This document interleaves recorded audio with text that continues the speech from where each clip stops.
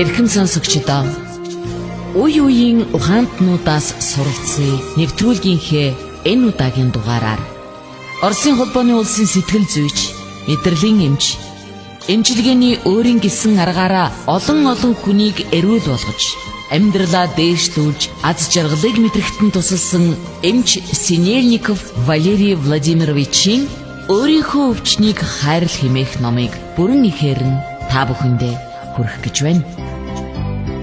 Орос хэлнээс хөрвүүлсэн хууль зүйн ухааны магистр, хуульч Хандма мөн энэ номыг бидэнтэй хамт та бүхэндээ сонирдуулж байгаа юм. Синельников өмнөх үгдээ бичгтээ энэ ном бол миний оюутан байхаас эхэлсэн судалгааны үр дүн юм аа. Хүний биед өвчин үүсдэг шалтгааныг мэдэж, өөрийнхөө өвчнийг эмийн тусал цаагүй эдгээхэд энэ ном та бүхэнд туслана. Ингээд энэ номонд өгүүлсэнийг туйлын үнэн гэж та бүхэн хүлээж авах хэрэггүй. Номын аль нэг хэсгийг хүлээн зөвшөөрөхгүй байж болно. Гэхдээ энэ аргыг өөртөө туслах загвар, зэвсэг гэж хүлээн аваарай. Мэдээж танаас өөр таны зовлон бэрхшээлийг хамгийн сайн ойлгох хинч байхгүй шүү дээ гэж бичсэн байна. За ингээд өөрийнхөө өвчнийг хайрл хэмээх энэ номыг та бүхэн маань анхааралтай сонсож, Хандмагийн хэлснээр аз жаргалтай эрүүл амьдрах боломжоо нэмэгдүүлж, их дэлхийгээ энх тайван амар амгалан үрд оршин байлгахын төлөө амьдарцгаая. Та бүхэн номоо тухтай сууж анхааралтай сонсноо. 4-р бүлэг бясалгах арга болон далд ухамсарын програмчлал. Үргэлжлэл.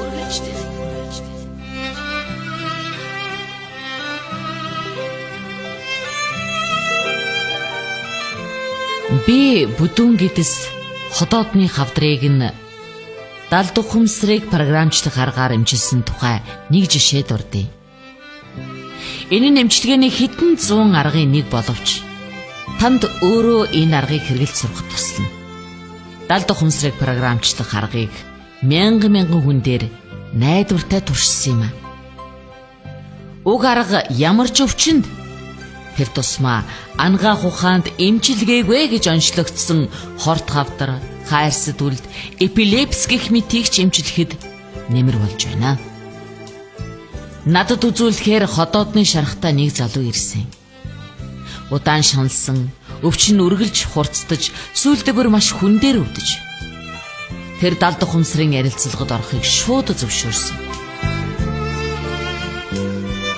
Та энэ байдлаа өөрчлөхийг хүсдэг юм байна. Би танд ухамсар, далд ухамсарын тухай товчхон тайлбарласан. Одоо таны далд ухамсарын өвчин үүсгэсэн хэсэгтэй холбоо тогтоё. Та билнэ үү? Билээ. Та юу хийх ёстойгоо мэдэж байна уу? Үгүй, би урд нь ийм зүйл хийж байгаагүй. За би тайлбарлая. Одоо та өөрийнхөө дотор сэтгэл рүү, өөрөөр хэлбэл далд ухамсарынхаа өвчин үүсгэж байгаа тэр хэсэг рүү хандаад асуулт тавина. Ямар асуулт? Одоо би танд ямар асуулт болохыг хэлнэ. Гэхдээ эхлээд та ямар замаар далд ухамсараас хариулт авч болохыг тайлбарлаж өгье. Хариулт нь биеийнхээ аль нэг хэсэгт ямар нэг зүйл мэдэрч болно. Би яг ямарын тодорхой хэлж мэдэхгүй байна. Үүнийг таны далд ухамсар шийднэ л дээ. Хариулт нь дотоод дуу хоолой болон бодол байж болно. Эсвэл хариултанд нь бодлын дүрслэл буюу зураг харагдаж болно. Ямар ч тохиолдолд таны үүрэг бол асуулт тавьсны дараа өөрийнхөө бие дэх өөрчлөлтийг маш анхааралтай ажиглах явдал юм. Та ярилцлагын явцад ухамсартайгаар нөлөөлөх гэж юусоо оролдож болохгүй. Далд ухамсарын таны хандсан хэсэг танд өөрийгөө хамгийн тохиромжтой аргаар мэдэгдэх болно. За ингээд асуулт нь миний өвчнийг үүсгэсэн далд ухамсарын хэсэг та надтай ухамсарын төвшөнд харилцахад бэлэн байна уу? Асуултаа тавьсны дараа та өөрийнхөө мэдрэмж, төсөөлөл, бодолд үүсэх дурын өөрчлөлтийг ажиглаарай. Ингээд залуу нүдэ анилаа. Харахад түүний булчингууд суларч байгаа нь ажиглагдлаа. Хэсэг хугацааны дараа биеэ чангалж эхэллээ. Тэр нүдэ нээлээ. Эмчээ, миний нуруугаар шоргоолж гүйж байгаа юм шиг мэдрэмж төрлөө. За, хэрвээ би таныг зөвөр ойлгосон бол нуруугаар тэр хүйт орох шиг тийм хөшиг шинж тэмдэг мэдэгдсэн юм байна. Тийм. За тэгэхээр даалд ухамсрын тэр хэсгээсээ дохио авч гэж бодъё. Гэхдээ бид тэр дохио нь тийм үгүй гэсэн хоёрын аль нь болохыг мэдэхгүй байгаа шүү дээ. Тэгэхээр одоо та дахиад даалд ухамсрынхаа энэ хэсэгт хандаад талархснаа илэрхийл. Яг бол энэ харилцаа маш чухал шүү. Тэгээд хэрвээ би таныг зөв ойлгож та тийм гэж байгаа бол энэ дохио хүчтэй болог. Та надтай харилцахад бэлэн биш байгаа бол энэ дохио алга болог гэж хэлдэ. Өвчтөн дахиад хэсэг чимээгүй боллоо. Дахиад энэ мэдрэмж давтагдлаа. Болж байна. Таны энэ хэсэг тантай харилцахад бэлэн байна. Тийм байна. За сайн. Тэгэхээр бидэнд даалд ухамсраасаа тодорхой асуултанд хариулт авахд бэлэн байна. Эмчээ, гэхдээ би үүнийг ухамсартайгаар хийгээд байвал яана? Нэгдүгээрт би чамд өөрийнхөө даалд ухамсарт итгэхийг зөвлөж байна. Үл итгэх байдал нь чамаа гэмтээж болно шүү. Хоёрдугаарт энэ мэдрэмжийг ухамсартайгаар бий болгох гээд оролдож болох юм. Залуунууд анаад хэсэг азанснаа нээлээ. Хэрэг болохгүй байна. Ухамсартайгаар болохгүй байна. За харж гин үү? Өөрийнхөө эргэлзээгээр та эмчилгээнд саад болж байна. Би танд даалд ухамсартаа итгээгүйдээ уучлалт гуй гэж зөвлөе. За цааш нь явах уу? Билээ. Дараагийн асуултанд оръё. Одоо та миний ямар сэтгэл хөөрөл, зан чанар, бодол, үйлдэл энэ өвчнийг үүсгэснийг хэлж өгнө үү гэж асуу. Залуу хэсэг зурнуудаа анаад суулаа. Нөгөө мэдрэмж ахиад автагдлаа. Тэгвэл чамд бэлэн байна гэдгээ хэлж байгаа хэрэг. Тийм байна. Гэтэ энэ ямар үйлдэл юм болоо? Надад ч сонирн байна. Одоо тодруулъя. Энэ өвчнийг үүсгэсэн үйлдэлийг минь тодорхой хэлж өгнө үү? Надад хариултыг ойлгож ухамсарлахаар хэлж өгнө үү гэж асуу. Залуу дотгошоо хандаад нүдэ нээлгүй хэлж байна. Эмчээ, миний толгойд сэжигч сухалддаг гэсэн үг эргэлдээд байна. Даалд ухамсраасаа эдгээр үгийн утгыг таны амьдралын жишээн дээр тайлбарлаж өгөхийг хүс. Би аль хэдийн ойлгосон. Би олон юмыг твчдэггүй. Энэ хотын бохир завааныг твчдэггүй. Бас зарим нэг үнэрт дургүй. Би хүмүүсийн хуурамч төрх тэнийг долгоноор бүдүүлэг занг твчдэггүй. Такси байгаа нь ямаада. Би одоо троллейбусаар явж чаддаггүй. Харин би Канарын гаралд амьдрахыг хүсдэг. Цэвэрхэн эмхтэйтэй, цэвэрхэн оронд би өдөржингөө шивтэж чадна. Сайн байна. За тэгвэл одоо сэжигч сухалддаг гэсэн хоёр зам байдлын тусламжтай миний төлөө хийж байгаа эерэг санаачлагыг хэлж өгнө үү гэж асуу. Би аль хэдийн бүх юм надад таалагддаг төгс ертөнцид амьдрах, цэвэрхэн ертөнц, цэвэрхэн хотод аж төрөх, хүмүүсийн хоорондын харилцаач цэвэрхэн байх гэсэн хариулт авсан. Санаан сайхан юм. Та зөвшөөрч байна уу? Мэдээж. Гэхдээ энэ санааг хэрэгжүүлж байгаа арга нь танд таалагдахгүй байгаа үстэй. Өвчтөе ходоод мэдээд сайн арга биш л дээ. Тэгвэл даалд ухамсрынхаа тэр хэсэгт таны төлөө санаа тавьж, эерэг санаачлаг гаргаж байсныхын төлөө эхлээд таларх. Залуу дахин нүдэ анилаа. Талархлаа хэлжлээ. Одоо даалд ухамсрынхаа тэр хэсгээс энэ эерэг санаагаа биелүүлэхдээ шинэ үйлдэлийн арга болж харахыг хүсэж байгаа эсхийг асуу. Бэлэн байна. Дахиад нуруугаар мэдэгдсэн нөгөө мэдрэмж төрлөө би зөвшөөрсөн хариулт авлаа. Энэ бол Та далд ухамсартайгаа хил амаа ойлголцсон гэсэн үг.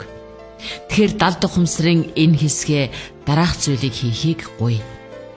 Таны нөөц бололцоо, дүрслэлийг ашиглаж хуучин аргаас илүү найдвартай, үр дүнтэй, өөрөөр хэлбэл хуучин шиг муу үр дагавар байхгүй. Далд ухамсарын бус тэсэг тохирох 3 шинэ аргыг бий болгож өгөөч гэж гуй. Шинэ арга гэж юу вэ гэдгийг би тайлбарлахыг хүсэж байна. Үйлдэлийн шинэ арга гэдэг нь хүрээлэн байгаа ертөнц, хүмүүс, ойр дотныхондоо өөртөө сэтгэлийн шинэ хөөрөл, шинэ бодол мэдрэмжээр хандахыг хичээнэ. Энэ нь амьдралын янз бүрийн тохиолдлыг шинүүдээр харах, аливаа үйл явдлыг шинээр хүлээж авах явдал. Үүнээс гадна далд ухамсараа шинэ арга бий болгоцоо тийм гэсэн хариулт өгөхийг хүсээрэй. Үүнийхээ дараа дахин талархлаа илэрхийлээд дахиад шинэ арга бий болгохыг хүсээрэй. Та 3 удаа тийм гэж тоолох ёстой. Би эдгээр нь ямар арга болохыг мэдэхгүй штэ. Энэ тухай одоо мэдэхгүй байх нь илүү сайн хэрэг. Ийм маягаар та ухамсарын төвшөнд тэдгээрийг бий болж хэрэгжихэд садаа болж чадахгүй. Гарах өөрчлөлтөд энэ онц чухал биш учраас шинэ аргын агуулгыг ухамсарлах хэсэг нь танд сонирн биш. Хэрвээ далд ухамсар хүсэх юм бол танд шинэ аргын агуулгыг мэдэгдэх болно. За ойлголоо. Үүнийгээ дахиад тайлбарлалаа. Би дахин бүгдийг тайлбарлалаа. Залуунуудаа анж хэсэг суугаад 5 минутын дараа за би 3 удаа тийм гэж тооллоо гэлээ. Та далд ухамсартаа талархсан уу? Гүйцэд шинэ аргын утгыг ойлгов уу? Талархсан. Харин энэ аргын утгыг ойлгосонгүй. Гэхдээ үүний дараа би жаахан эвгүй болоод байна. Миний дотор юм өөрчлөгдөх шиг боллоо. Гэтэ сайн мэдэхгүй байна. Та далд ухамсартаа итгэж гин үү? Бүрэн. Сайн байна. Одоо таны эргэлзээг бүрэн тайлах зүйл хий. Та далд ухамсарын бусад хэсэгтэйгээ холбогдоод шинэ аргын эсрэг байгаа хэсэг миний далд ухамсарт байна уу? Хэрвээ байхгүй бол үгүй, байвал тийм гэсэн хариу өгнө гэж хэлээрэй. Өчтөн түр азалснаа. Би тийм гэсэн хариулт авлаа гэлээ. Тэгвэл эсэргүүцэж байгаа хэсэг байх нэ? Магадгүй. Та өмгөлж хэллэгүйгээр ахаад энэ эсэргүүцлийн тухай асуу. Өчтөн хэсэг хугацааны дараа ямар нэг эсэргүүцэл байх шиг байна. Дахиад тийм гэсэн хариулт авлаа гэлээ. Эсэргүүцэж байгаа далд ухамсарын хэсэгт баярлалаа гэж хэл. Тэд үйлдэлийн шинэ аргад ямар нэг өөрчлөлт хийх гэж байгаа бололтой. Одоо эсэргүүцэж байгаа далд ухамсарын хэсгийг шинэ арга зохиосон хэсэгтээ нэгдэхийг хүс. Тэд өөрмөц хороо маягийн зүйл байгуулдаг. Эсэргүүцэж байгаа хэсэг учир шалтгаанаа хэлэг. Үүний дараа эсэргүүцэд байгаа хэсгийг бүх далд ухамсар таарах арга зохиохыг хүс. Тэгээд энэ ажлаа дуусангууд тийм гэж хэлээрэй гэж гуйгаарай. Залуу чимээгүй суун. Тийм гэсэн хариулт байна. Тэгэхээр далд ухамсарын бус хэсэгт хандаад одоо шинэ аргын эсрэг өөр ямар нэг эсрүүс байна уу гэж асуу. Чимээгүй суун. Далд ухамсарын бүх хэсэг шинэ аргыг зөвшөөрч байна да. Тийм шиг байна. Одоо та 50 байна уу? Тийм. Өөр нэг жижиг үйлдэл хоёулаа хий. Энэ арга ирээдүйд тус болно гэдэгт бид итгэлтэй байх хэрэгтэй. Одоо шинэ арга бий болгосон далд ухамсарын хэсэгт хандаад цаашид ийм тохиолдолд үйлдэлийн шинэ хувилбарыг хэрэгжүүлэх хариуцлага өөр дээрээ хүлээж гэнэ үү гэж асуу. Тийм гэсэн хариулт авлаа. Өвчин үүсгэж байсан хуучин аргаас шинэ нь илүү дээр бөгөөд далд ухамсар яг түүнийг ашиглавал таны өвчин алга болно. Эмчээ. Ямар сони юм бэ? Миний өвчин хамаагүй багасаад би сайн болчихлоо. За тэгэхээр би танд энэ бүхнийг өөрөө хийхийг санал болгож байна. Дор дурдсан төлөвлөгөө схемийг хэрэглээрэй.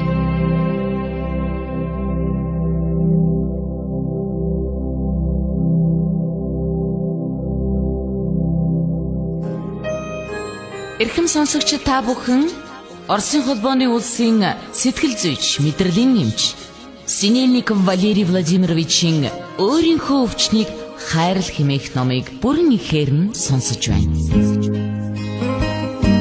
Энэ номонд Бурхан, ертөнц, дээд ухамсар, үнэн байдал, хүч, бодит байдал, дэлхий зэрэг үгийг их ашигласан байгаа.